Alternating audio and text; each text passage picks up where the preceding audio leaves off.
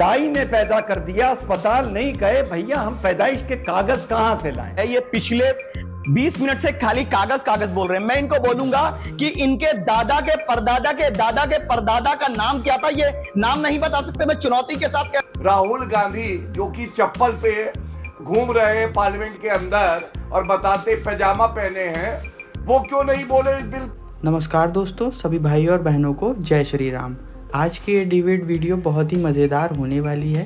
आप सभी लोग अगर हमारे चैनल पर नए हैं तो आप हमें सब्सक्राइब करके सपोर्ट जरूर करिएगा। चलिए वीडियो शुरू करते हैं। कहते हैं साहब कि रेट्रोस्पेक्टिव में कोई भी इमामबाड़ा मस्जिद कुछ भी नहीं होगा। इनसे पूछे ऑनरेबल होम मिनिस्टर से, जब आप प्लेसेस ऑफ वर्शिप एक्ट को कोर्ट में भिजवा के अपने नुमाइंदे चैलेंज करवाते हैं, आप पीछे से समर्थन देते हैं ज्ञानव्यापी के केस में, आप पीछे से हर जगह समर्थन देते हैं, आप ही के समर्थन के संगठन के लोग अजमेर पहुंच जाते हैं, सर्वे हो जाता है, विष्णु जैन जो है हर जगह कहते हैं मैं तो और 50 जगह जाऊंगा, तब रिट्रोस्पेक्टिव ऑनरेबल होम मिनिस्टर को नजर नहीं आता। जब आरएसएस के मोहन भागवत कहते हैं कि वी शुड स्टॉप समवेयर क्योंकि चीजें आउट ऑफ कंट्रोल चली जाएंगी। अच्छा ये बताइए विवेक ऑनरेबल होम मिनिस्टर को आप बार बार कोट कर रहे हैं। ऑनरेबल होम मिनिस्टर तो ये भी कहते हैं कि कई कुछ लोग धमकाना चाह रहे हैं संसद के अंदर कि हम कानून नहीं स्वीकारेंगे। आप इस बात से सहमत हैं? अभी जो बात यहाँ पर अमीर जमाई ने बोली और नदवी ने कही और सपा सांसद नदवी साहब ने कहा, उन्होंने कहा जो वक्फ बिल पेश किया जा रहा है वो समानता के अधिकार के खिलाफ है और देश की दूसरी बड़ी जनसंख्या कभी इसे स्वीकार नहीं करेगी। एक बात बताइए, मतलब ये भारत का कानून है, भारत की सरकार का कानून है, इसे तो स्वीकार करना ही पड़ेगा। हाँ। अब आप सुन लीजिए मेरी बात को बड़े ध्यान से। ये कॉन्स्टिट्यूशन कहता है मुझको कहता है, और मैं हमेशा कॉन्स्टिट्यूशन लेके घूमता हूं। आप सुन लीजिए इस बात को और अध्ययन करके बोलता हूं। अगर सरकार चाहे कांग्रेस की हो, कम्युनिस्टों की हो या बीजेपी की हो, ब्रूड मेजॉरिटी से आप कानून लाते हैं जिसको जनता फील करती है आपके इलेक्ट होने के बाद कि वो जनहित में नहीं है, तो कॉन्स्टिट्यूशनल राइट है प्रोटेस्ट करना। प्रोटेस्ट करिए, हम स्वीकार नहीं करेंगे। कानून बन गया, हम स्वीकार नहीं करेंगे। हम स्वीकार नहीं करेंगे। ये तो धमकाना हो गया फिर। अरे बीजेपी के पास ओके, रिजवान अहमद का जवाब जरूरी है।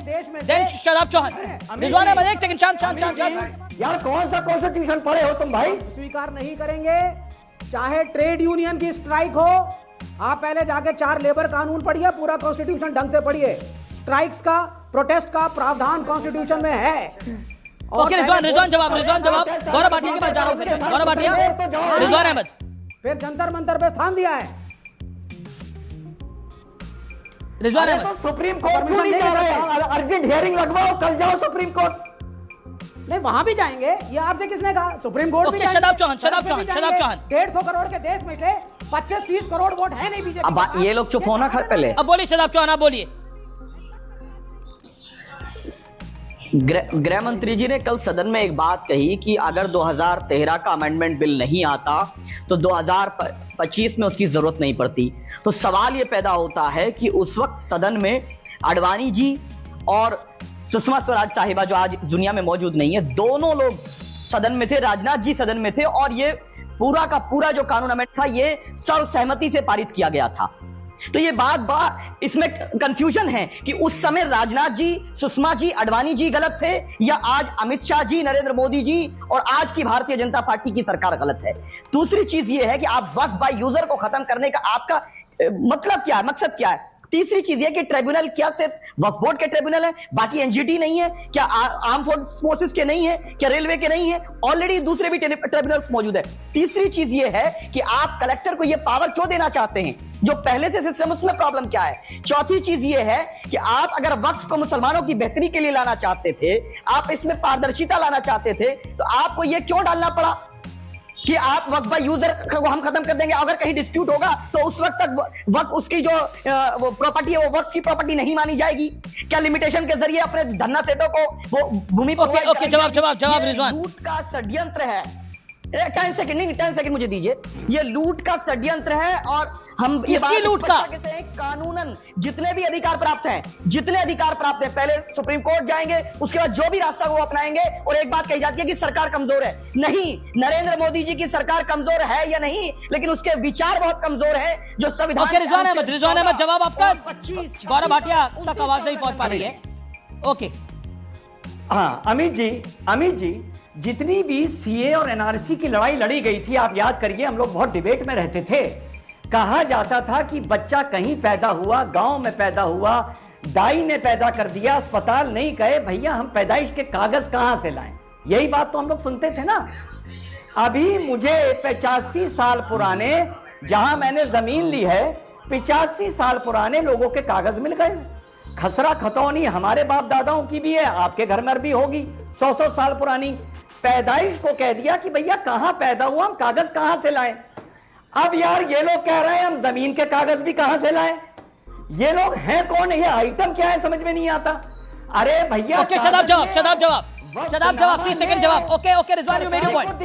शदाब ओके।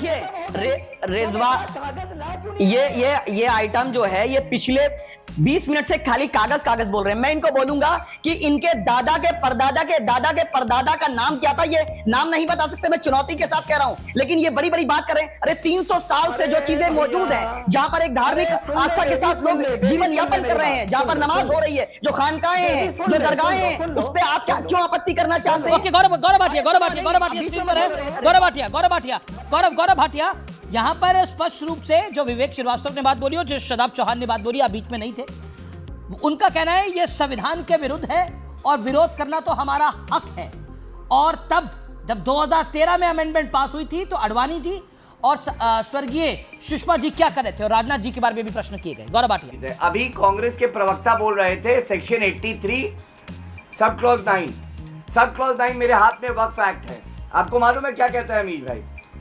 क्लियरली कहता है कि आप सूट नहीं फाइल कर सकते हैं और उसके साथ कोई अपील नहीं होगी। मैं पढ़ देता हूं एक लाइन। नो अपील शैल लाई अगेंस्ट एनी डिसीजन और ऑर्डर वेदर इंटरिम और अदरवाइज गिवन और मेड बाय ट्राइब्यूनल। क्या दिखाता है ये भेदभाव? अनुच्छेद 14 का उल्लंघन ये है कि एक धर्म के लिए आप ऐसा कानून लाए, बाकी किसी धर्म के लिए नहीं लाए। दूसरी बात, आप बताइए, जिसको ये कहते थे कि बैसाखी है बीजेपी की, ये बैसाखी वाली सरकार है, वो तो हमारी सखी निकली। मैं बात कर रहा हूं जेडीयू और टीडीपी की। क्या उन्होंने हमें समर्थन नहीं दिया? समर्थन क्यों दिया मैं बताता हूं। गुणवत्ता के आधार पे उन्होंने देखा कि ये जो बिल आ रहा है ये भारत के लिए और मुस्लिम समाज के लिए हितकारी है। तीसरी बात, कभी आपने ध्यान दिया राहुल गांधी जो कि चप्पल पे घूम रहे हैं पार्लियामेंट के अंदर और बताते पैजामा पहने हैं, वो क्यों नहीं बोले इस बिल पे? आपको मालूम है क्यों नहीं बोले? अंदर से वो भी जानते हैं कि ये जो बिल आ रहा है ये भारत के हित में है और तर्क में उनके पास कोई ऐसा आर्गुमेंट नहीं है, तर्क नहीं है जो वो कर सके। अब आपने एक बात मुझसे करी, विरोध करना बिल्कुल संवैधानिक अधिकार है, संविधान का मैं ज्ञाता हूं, मैं बता सकता हूं, सही कह रहे हैं। लेकिन एक कानून जो संसद से पारित हो जाए, जिसको प्रेसिडेंट राष्ट्रपति अनुमति दे दे, असेंट दे दे, उसके लिए ये कहना कि हम इसका पालन नहीं करेंगे, वो नहीं सकता है। और इसलिए अमित शाह जी ने शेर की तरह दहाड़ते हुए कहा कि हर किसी को संसद में पारित कानून का पालन करना पड़ेगा।